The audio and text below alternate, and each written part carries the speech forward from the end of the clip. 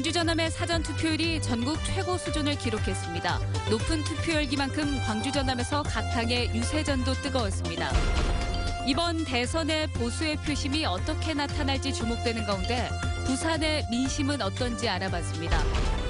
어린이날을 맞아 놀이공원과 축제장 등에는 가족 단위 나들이객들이 북적였습니다. 어린이들을 위한 행사도 곳곳에 열렸습니다.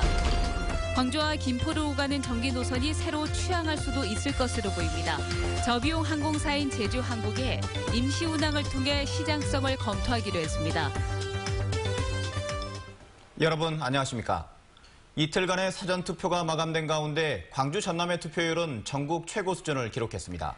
이제 본투표만 남겨둔 가운데 대선 후보들이 잇따라 광주를 찾는 등 막판 유세 대결도 뜨거워지고 있습니다. 윤근수 기자입니다.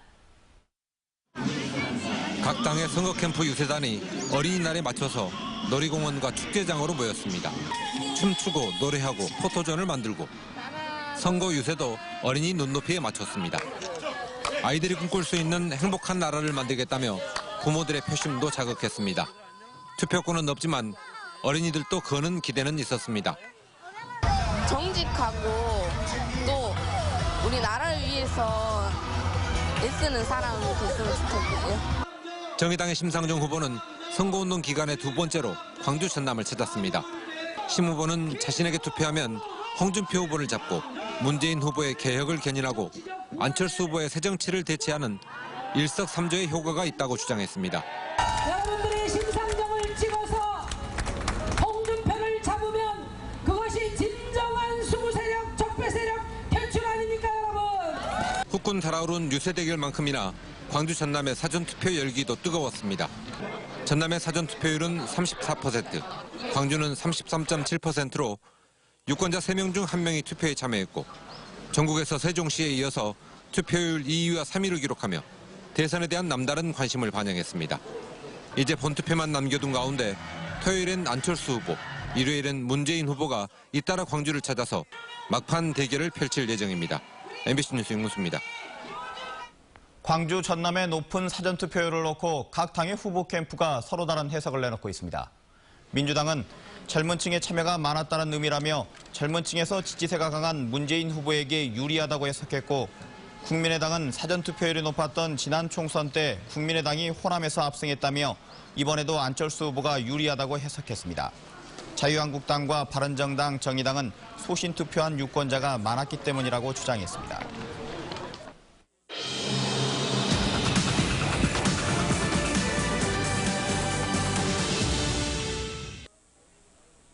이번 대선에선 보수의 선택이 주목을 받으면서 특히 영남의 표심이 어떻게 움직일지 관심사가 되고 있습니다.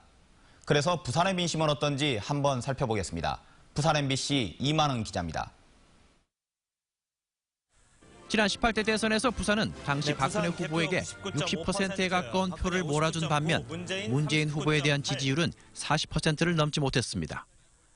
이번 19대 대선에서는 상황이 다를 것이라는 예측이 많습니다. 문재인 후보 측은 부산에서 과반 이상 득표 여부가 전국적인 득표에 직결될 것으로 판단하고 있습니다. 부산 민심이 보수 텃밭에서 벗어나 새로운 정치를 원하고 있다는 분석입니다. 자유한국당 홍준표 후보가 부산에서 어느 정도의 득표율을 올릴 수 있을까 하는 부분도 관전 포인트입니다.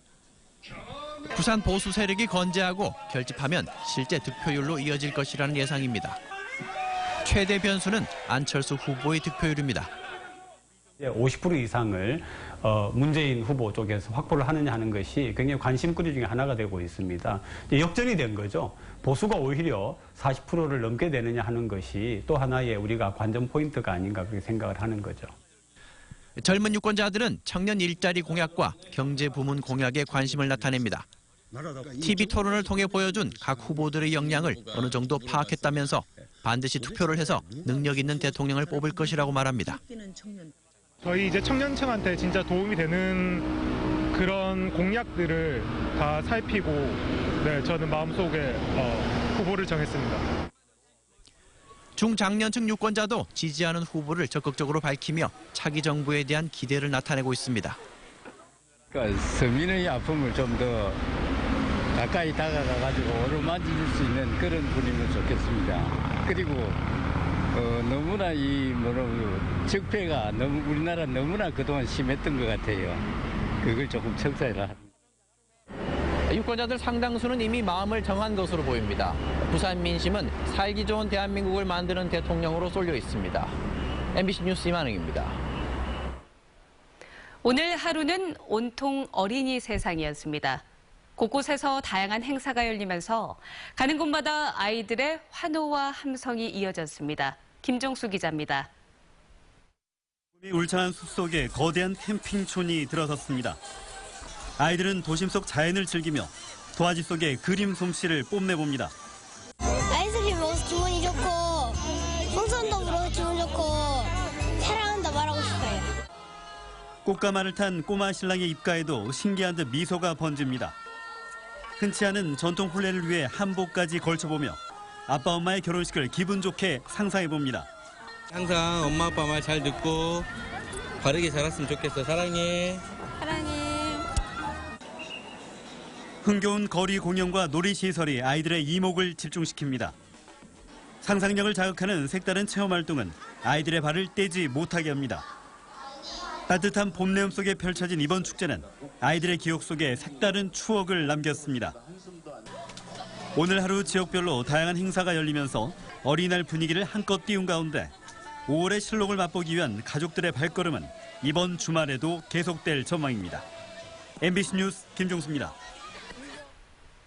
세월호 침몰 해역에서 사람뼈로 추정되는 뼈 한 점이 발견됐습니다. DNA 확인 등 정밀 검사가 필요한 상황이지만 바닷속에서 뼈가 발견되면서 미수습자 유실 우려는 더욱 커지고 있습니다. 김진선 기자입니다. 진도 맹골수도 세월호 침몰 해역에서 뼈가 발견된 건 오늘 오전 11시 36분쯤입니다. 발견 장소는 선미 쪽 객실이 누워있던 특별수색구역 2곳 중 한 곳이었습니다. 현장 수습본부는 국과수 전문가의 육안 감식 결과 사람의 뼈로 추정된다고 밝혔습니다. 수습팀은 원주에 있는 국과수 본원에 뼈를 보내 정밀 감식을 의뢰했으며 DNA 분석에는 한 달가량 소요될 것으로 예상했습니다. 현재 사고 해역에는 세월호가 있던 주변으로 가로 200m, 세로 160m, 높이 3m의 유실방지 울타리가 설치돼 있습니다. 이 구역을 일반 40개, 특별 수색구역 2개로 나눠 지난달 9일부터 수색이 이루어졌는데 사람뼈가 발견된 것은 처음입니다. 이 가운데 30개 구역은 수색이 마무리됐으며 특별 수색구역 2곳은 동방향 수색이 완료된 뒤 횡방향으로 추가 수색이 이루어질 예정이었습니다. 앞서 침몰해역에서 발견됐던 22점을 포함해 선체 안팎에서 발견됐던 뼈 조각 680여 점은 모두 동물뼈로 추정됐습니다. MBC 뉴스 김진선입니다. 고령화로 인해 영농 현장에서 외국인 인력 의존도가 갈수록 커지고 있습니다. 하지만 정부 대책이 겉돌면서 불법 체류자 신분의 외국인들이 농산일을 대신하고 있습니다. 박영훈 기자입니다. 50여 가구가 모여 사는 농촌마을. 주민 대부분이 60대 이상으로 번갈아 도와주던 품앗이는 옛말이 된 지 오래입니다. 농산일이 한창일 때면 웃돈을 준데도 자체 인력을 구하기가 힘듭니다. 고령화 되었고요. 거의 한 60, 70대. 그러니까 사람 구하기가 힘들고. 고된 작업을 해야 하는 수확철이면 외국인 인력에 의존할 수밖에 없는 이유입니다. 일손이 굉장히 부족해요. 그래서 지금 외국인들을 많이 이제 그 인력에서 이제 데려와서 이제 일을 이제 같이 이제 하다 보니까 조금 낯선 것 같아요. 농촌마다 외국인 인력 의존도가 커지고 있지만 정부의 외국 인력 공급 계획은 제자리를 맴돌고 있습니다.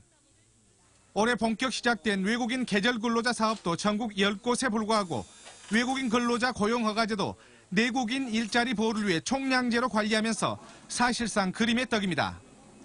사정이 이렇다 보니 상당수 작업 현장에서는 3개월짜리 단기 취업비자 또는 취업이 불가능한 단기 여행비자 입국자 그리고 불법 체류자들로 메꿔지고 있습니다.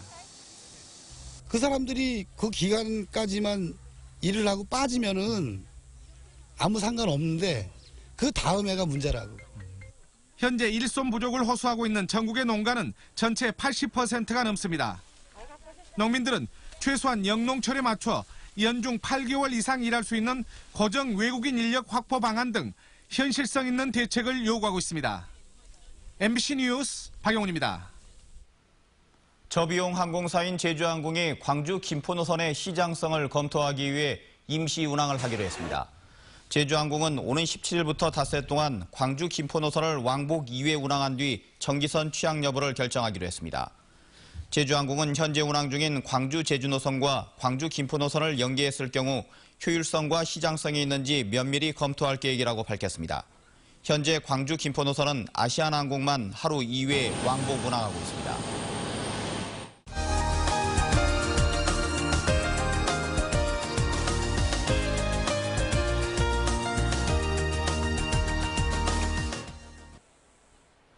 실록이 우거지는 계절. 250만 그루의 편백나무 숲속에서 힐링의 시간을 갖는 건 어떨까요? 이번 주 전라도 기행은 치유의 숲인 장성 충령산으로 갑니다. 이미지 뉴스 리포터입니다. 시원하게 뻗은 편백나무와 삼나무들은 눈을 즐겁게 하고 나무 사이로 부는 바람은 마음마저 가볍게 합니다. 곳곳에서 편안한 자세로 휴식을 취할 수 있는 이곳은 장성 충령산의 편백나무 숲입니다. 모든 병이 나을 것 같은 느낌? 그런 상쾌함, 몸이 좀 가벼워진다는 느낌. 충령산을 치유의 숲으로 만든 건 고 임종국 선생의 노력이 컸습니다. 한국전쟁 이후 황폐해진 충령산에 사제를 털어 편백나무와 삼나무를 심었고 가뭄이 심할 때는 물지개로 물을 줘가며 20년간 정성스레 나무를 가꿨기 때문입니다. 이렇게 가꾼 250만 그루의 편백나무들은 현재까지도 인공조림의 모범 사례로 꼽힐 정도입니다. 또한 편백나무들이 대량으로 내뿜는 피톤치드의 긍정적 기능이 알려지면서 이를 활용한 산림 치유 프로그램도 활발히 진행되고 있습니다. 시각적인 효과나 후각적인 효과에 이미 심신 안정이 돼 있어요. 그런데 이제 저희가 오랫동안 이걸 유지하기 위해서 또 이제 이런 그 기분을 좀 유지하는 그런 걸 저희가 알려드리는 거죠.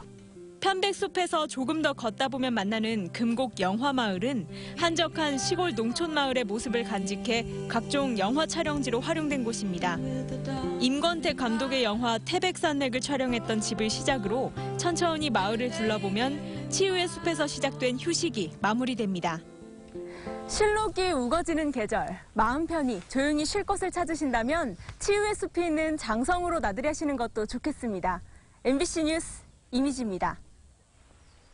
폐막을 이틀 앞둔 완도 국제 해조류 박람회 관람객 수가 80만 명을 넘었습니다.